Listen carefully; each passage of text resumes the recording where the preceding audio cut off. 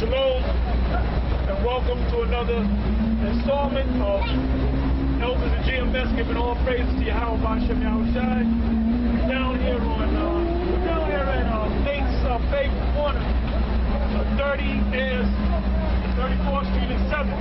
Yeah, it's real dirty, man. You know, you got that, Nate? It's real dirty. We like stuff dirty. We like dirty stuff. As you say, everything we go to is dirty. You know. But anyway, we out here on location, and basically this is an open forum. Our Lord willing, we'd like to do this some more. You know, since we're in the summer, you know, when we do go out, by the way, we go out in the summertime, we go out in the wintertime, we go out in the spring, we go out in the fall. We preach this word, all right? Like the scriptures say, in season and out of season. And basically, we're just going to be going into different topics and different things as the Spirit, leads us to bring out these things. So whatever y'all got, go ahead. 2 Timothy chapter 4, verse 1. I charge you therefore before the Most High and the Lord Yahushai, who shall judge the quick and the dead at his appearing and his kingdom. Preach the word, be instant, in season, out of season. You know what? Keep reading that, because we might read that whole chapter, so that's the chapter right here. Preach the word, be instant, in season, out of season. Reprove, rebuke. Oh, stop right there, rebuke. Now the word rebuke means to, when you look the word rebuke up, it really basically means to get on somebody. If a guy's going off, get on. Reprove means to correct somebody. Rebuke means to curse somebody out. And we're known here at GMS, we're known for getting on every camp out there, outside of our camp. We're known for that. When they see us make a video, they already know, they're going to curse, they're going to curse out today. And we're known for that. But this knucklehead Nate, the sellout, he said, well, I figured it out. They get on every camp. That means that they were set up by the COINTELPRO. And the COINTELPRO, like I said before, was disbanded back in the early 71, 72. And it was set up by the FBI. You work with the FBI, the NYPD. So what the hell are you talking about? Reprove, rebuke, exhort with all long suffering and doctrine. For the time will come when they will not endure sound doctrine. Right. Like that's what we're going to get on you. We haven't got on your General Yohana for a while. Now, General Yohana, he's setting up a cookout up there in Harlem. And basically, General Cesariak said that it was certified by the Most High. Now, why would the Most High certify a cookout on the new moon and, as you call it, the Sabbath? Give me Isaiah 58:13.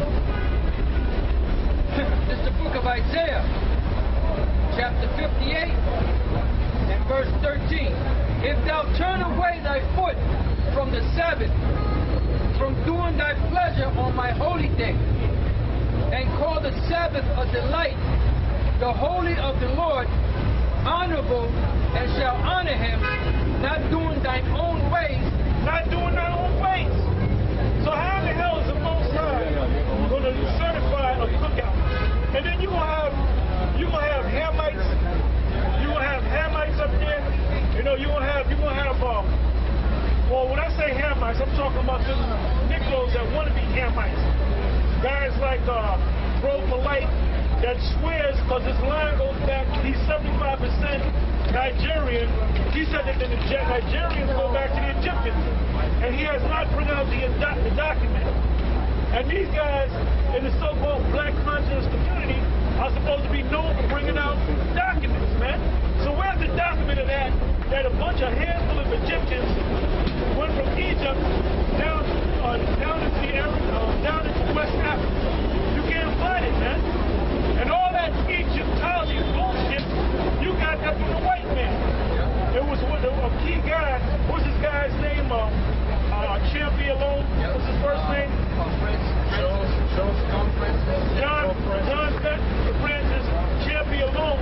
He was the one that so-called threw the Rosetta Stone had so-called broke down the hieroglyphs. That's a Greek term, right? Which is like wedge writing or cuneiform. And the way he did it was when the Egyptians were taken over by the Edomites, namely the Ptolemies, all right? Starting with Ptolemy the first and Ptolemy the second, they took over the black Egyptians, and basically they sat up there and said that they were Egyptians, right? And what they did was they were reading and writing in Greek. And what they did was they had the Egyptians, they said, look, take your writings and translate them into the Greek, because they were slaves under the Greeks. Namely, they told me dynasty, man. And they became the new pharaohs. They became the new pharaohs. Because you got certain people that say, well, the pharaohs are white. You had white. You're right. You had white pharaohs. That was around 300 years before the Lord came on the scene, before the Messiah came on the scene, man. And then that was Ptolemy. That was one of the guys that came up under, one of the generals, I should say, that came up under Alexander the Great, along with the Seleucid dynasty, which they had a war. What was that called? The Syrian War, I think it was called? The Syrian War. There were a number of wars because it was the Seleucid dynasty. They would call themselves, which were Edomites, they would call themselves Syrians. They were not real Syrians, man. The real Syrians were dark people. But since he took over parts of Syria, he started saying, I'm a Syrian. He wasn't no Syrian. He was an Edomite, man. No, it's not the same. Yeah, that Cleopatra. It's not the same. Cleopatra was daughter of one of the Ptolemies. He was Ptolemy the 12th. Got his name. Well, there was one before that. I believe that was Ptolemy, either the 5th or the 6th. There was a line of Ptolemies, all right? Yeah, which Cleopatra was a title that they took. So the bottom line was Cleopatra was an Edomite. Cleopatra was a lot of you so-called black conscious dudes, man. A lot of you want to hold on to Cleopatra like she was of our nation, she was our people. No, she wasn't. She was an Edomite. And Edomite, according to the Bible, is so-called white people. The so-called white man today, they're the biblical Edomites. So that's what Cleopatra was. She was an Edomite. She wasn't African. And she damn sure wasn't an Israelite. You guys in the black conscious, unconscious community don't even understand the concept of an Edomite, man. Yeah, you don't understand. You want to mess them up, ask them about the Edomites. Yeah, about the Edomites. You don't have a concept about genealogy, how it works, how your nationality is accredited to your father. There's what do you call it? Patrilineal line. Yeah. It's based upon your fathers. You bring your mother up in there, or my mother, we don't want to hear nothing about your mother. All right? Your line, who you are, is based on who your father is, man, and who his father is, and who his father is, and who his father is, and so forth and so on, man. The genealogy is not based on someone's mother. Exactly. And that's one thing that you so-called black unconsciousness, that's what we call you. You don't understand that concept. Go ahead. Yeah. This is Numbers 1 and 18. And they assembled all the congregation together on the first day of the second month, and they declared their pedigrees after their families by the house of their fathers. Plain and to the point. And if you search Cleopatra's fathers, you find out that they were Greeks, so-called Greeks, which are really the Edomites according to the Bible. Okay? Job 8 and 8. For inquire, I pray thee, of the former age, and prepare thyself to the search of their fathers. And that's why we're always talking about our father. But a lot of you so-called blacks, man, a lot of you hate your father. A lot of you don't even know who your father is.